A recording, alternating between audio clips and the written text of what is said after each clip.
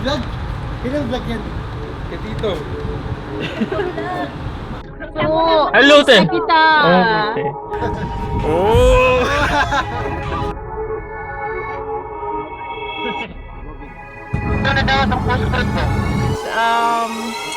Chicken.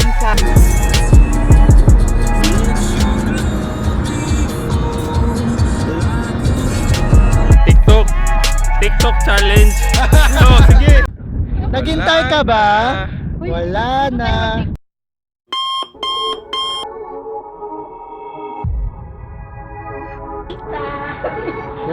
No, 10:25. 10:25. So we're going to, first stop is Stonehenge. Am I right? Yeah, so watch out. And Ciao. yeah, hope you guys enjoy it. 20 pounds. Please don't forget to like, share, and subscribe. Yeah.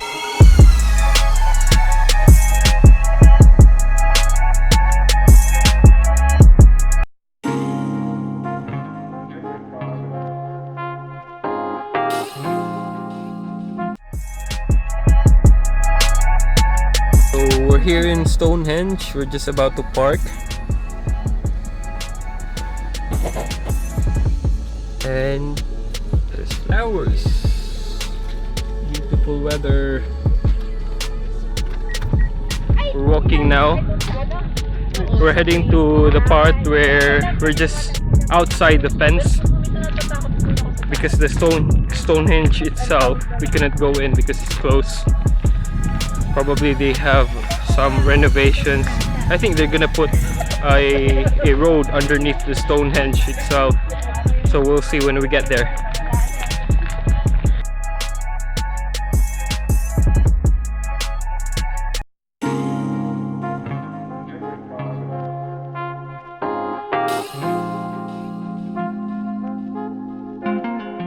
We're heading now. We're walking past this wheat field in my back. So we got sheeps. Sheep shearing.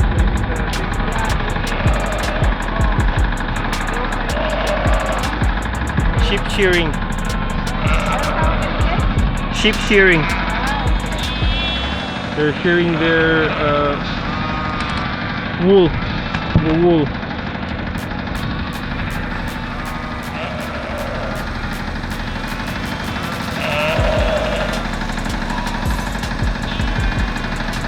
So we're here.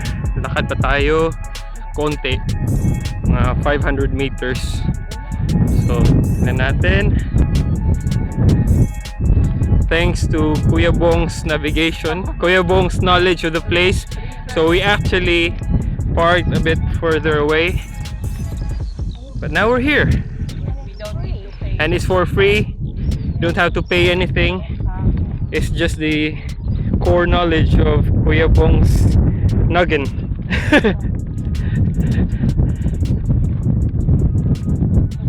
I don't know if you can do some camping here. I think not. Yeah, no. No.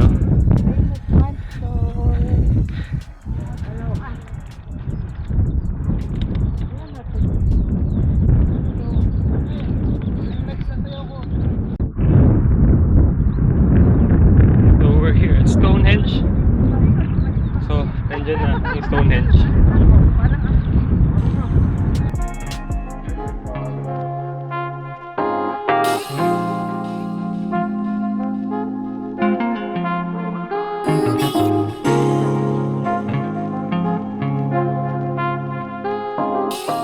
Oh, 3 and Right foot 2 stumps, left foot 2 stumps. Slide to the left, slide to the right. Crisscross, crisscross. Cha-cha real smooth. Right. So we're done with Stonehenge. We're going back to the car.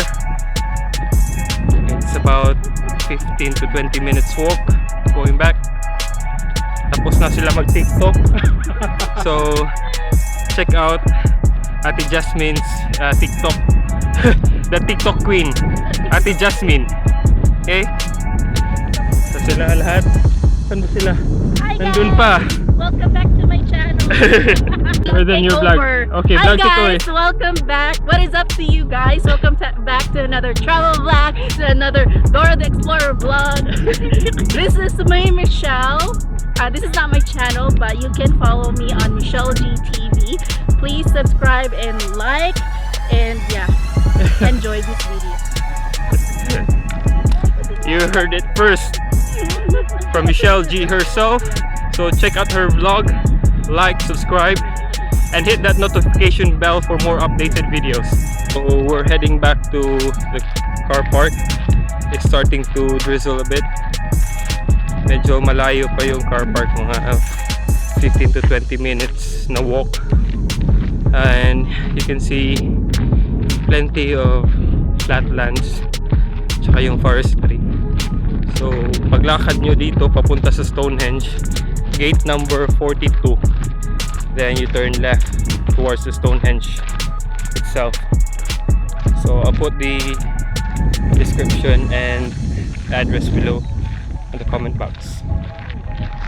We're here now at the parking spot, so you can park at Willoughby Road. I'll show the video of the road, or where you can pass by or park, and you can walk from the parking spot Willoughby Road to Stonehenge, down to Fargo Road. So it takes about 15 to 20 minutes from the car park to Stonehenge area. So I'm gonna put the postcode down below so you can find the place. What's up, manana? What's up, manana? We're here with our lunch, manana. Boot lunch. Budol pa. Kaunta! Yummers! Diet, let's.